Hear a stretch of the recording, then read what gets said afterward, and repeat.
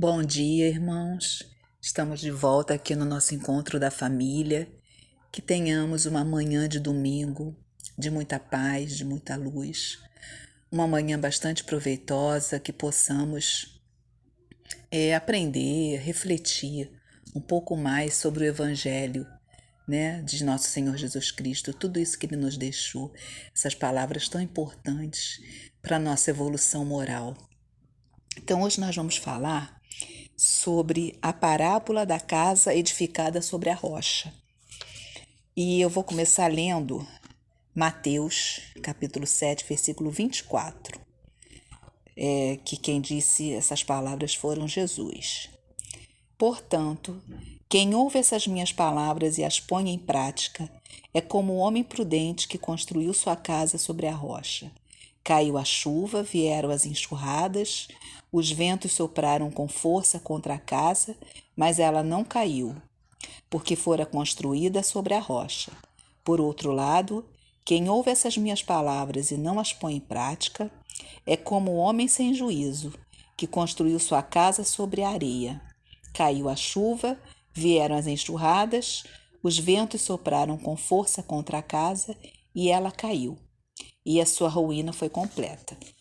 Isso também está, essa passagem ela também está em Lucas, capítulo 6, versículo 46 a 49, que diz o seguinte: Por que me chamais Senhor, Senhor, e não fazeis o que vos mando?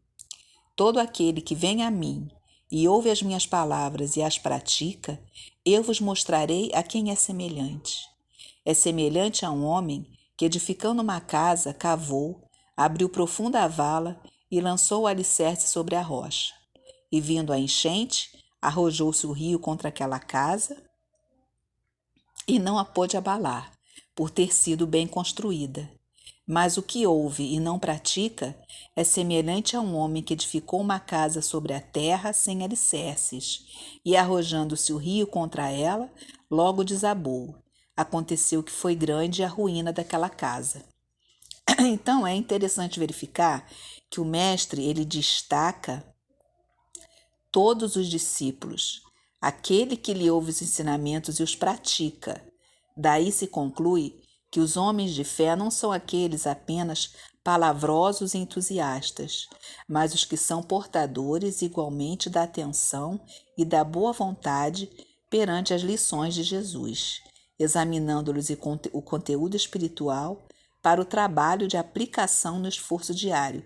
Isso está em Pão Nosso, né? Esse é um trecho tirado do capítulo 9 de Pão Nosso, psicografado por Chico Xavier do Espírito Emmanuel.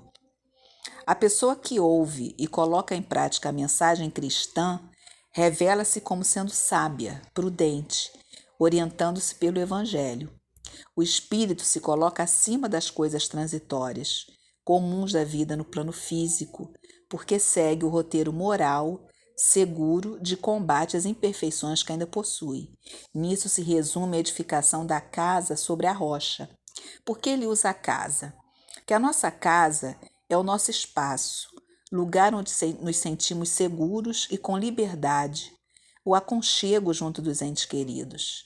É o nosso canto, para onde sempre voltamos para o descanso, soerguimento das forças e o reparo para novas tarefas. Construir a nossa casa sobre a rocha significa construirmos nossa segurança, o bem-estar íntimo, sobre algo sólido como a rocha, ou seja, sobre os valores do espírito, este permanente, não sujeito às transformações, às mudanças da matéria, as mudanças da matéria. Em outras palavras, conseguir nossa felicidade sobre algo duradouro e firme como a rocha. Por outro lado, construir sobre a areia seria fazê-lo sobre algo movediço, não durável, que sofre constantes modificações, os valores transitórios da matéria. Mas o detalhe importante é praticar, e não só ouvir. A alma, quintessência de toda a sabedoria e felicidade da vida, consiste em praticar, realizar as grandes verdades e não somente em ouvi-las. Quem apenas ouve, mas não realiza, não pratica o que ouviu é um homem insensato. Quem ouve e realiza é um homem sábio. A diferença fundamental entre a insensatez e a sabedoria está em ouvir sem realizar e, por outro lado, em realizar o que se ouviu. Vale lembrar Paulo de Tarso ao afirmar: se eu falar a língua dos homens e dos anjos e não tiver caridade, sou como metal, que soa como sino, que tine. Ele poderia fazer os mais belos discursos, usar as palavras mais apropriadas, com todo o engenho e arte da oratória, mas se não tivesse caridade, ou seja, se não sentisse o que falava, se não praticasse o que dizia, nada significaria. Seria como um sino que emite som forte, mas sem conteúdo. No Evangelho segundo o Espiritismo, no capítulo 18, item 9, é dito o seguinte: todos os que reconhecem a missão de Jesus dizem Senhor, Senhor. Mas de que serve lhe chamarem mestre ou senhor, se não lhe seguimos os preceitos? Serão cristãos os que o honram com exteriores atos de devoção e ao mesmo tempo sacrificam ao orgulho, ao egoísmo, à cupidez e a todas as suas paixões? Serão seus discípulos os que passam os dias em oração e não se mostram nem melhores, nem mais caridosos, nem mais indulgentes para com seus semelhantes? Não, porquanto fazem o mesmo que os fariseus. Eles têm a prece nos lábios e não no coração. Pela forma poderão impor-se aos homens, não porém a Deus. Em vão dirão eles a Jesus: Senhor, não profetizamos, isto é, não ensinamos em teu nome? Não expulsamos em teu nome os demônios? Não comemos e bebemos contigo?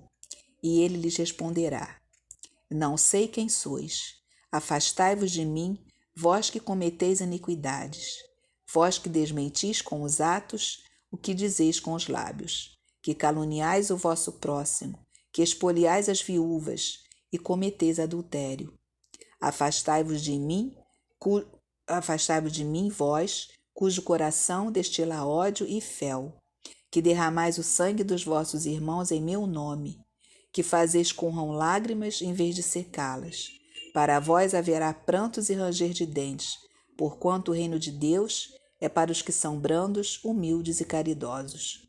Considerando então o período de tempo que a mensagem cristã, lá dita por Lucas e Mateus, se encontra entre nós, entende-se que um esforço maior deva ser levado avante pelos cristãos, notadamente o espírita, que detém maiores esclarecimentos sobre as consequências dos seus atos, no sentido de vivenciá-la, tendo em vista essa orientação do apóstolo Tiago, que disse: e sede cumpridores da palavra, e não somente ouvintes, enganando-vos com falsos discursos. Isso está em Tiago, capítulo 1, versículo 22. Conta-se que Gandhi, certa vez, ele foi procurado por uma senhora com um filho que tinha o péssimo hábito de comer açúcar.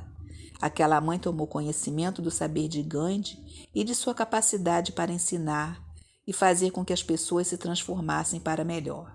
Por isso o procurou, solicitando ajuda para o filho. Após ouvi-los, Gandhi recomendou que voltassem depois de 15 dias. Decorrido o tempo marcado, voltou a mãe com o filho. Foram recebidos e receberam toda a orientação sobre como dominar aquele mau hábito. E ao se despedir, a mãe pediu permissão para fazer uma pergunta. Por que o Senhor não nos atendeu da primeira vez que o procuramos? Então, ele esperou 15 dias para falar. Depois de 15 dias, ela voltou e ele passou essa recomendação, de não comer açúcar. Aí ele falou para o menino, não coma açúcar. E Gandhi respondeu com naturalidade: é que eu também possuía o hábito de comer açúcar. Preferi primeiro aplicar a orientação em mim próprio, para só depois transmiti-la a outrem. Então, se ele não fazia, por que ele ia mandar alguém fazer, Alguém poderá objetar se esperarmos alguém que aplique integralmente os ensinos para só depois transmiti-los aos outros, não teremos quem ensine. Concordamos em parte com o argumento, porém, o que queremos dizer é que para falar ou escrever, enfim, aquele que se propõe divulgar a mensagem precisa estar consciente dessa responsabilidade. É necessário sinceridade, franqueza e muito empenho para vivenciar aquilo que se pretende transmitir aos outros. Pois, como já disse alguém, aquele que está mergulhado no atoleiro não pode ajudar os outros a sair dali. Há uma mensagem de Emmanuel recebida pelo médium Francisco Cândido Xavier em 1952, que se encontra no livro Chico Xavier, 40 anos no mundo da mediunidade, de Roque Jacinto, pela Edicel, que diz o seguinte: a assistência social é a fraternidade em ação. Sem ela, indiscutivelmente, os nossos mais preciosos arrazoados verbalísticos não passariam de belos mostruários sonoros. É necessário teorizar com o exemplo se desejamos argumentar com eficiência e segurança no campo de nossas realizações.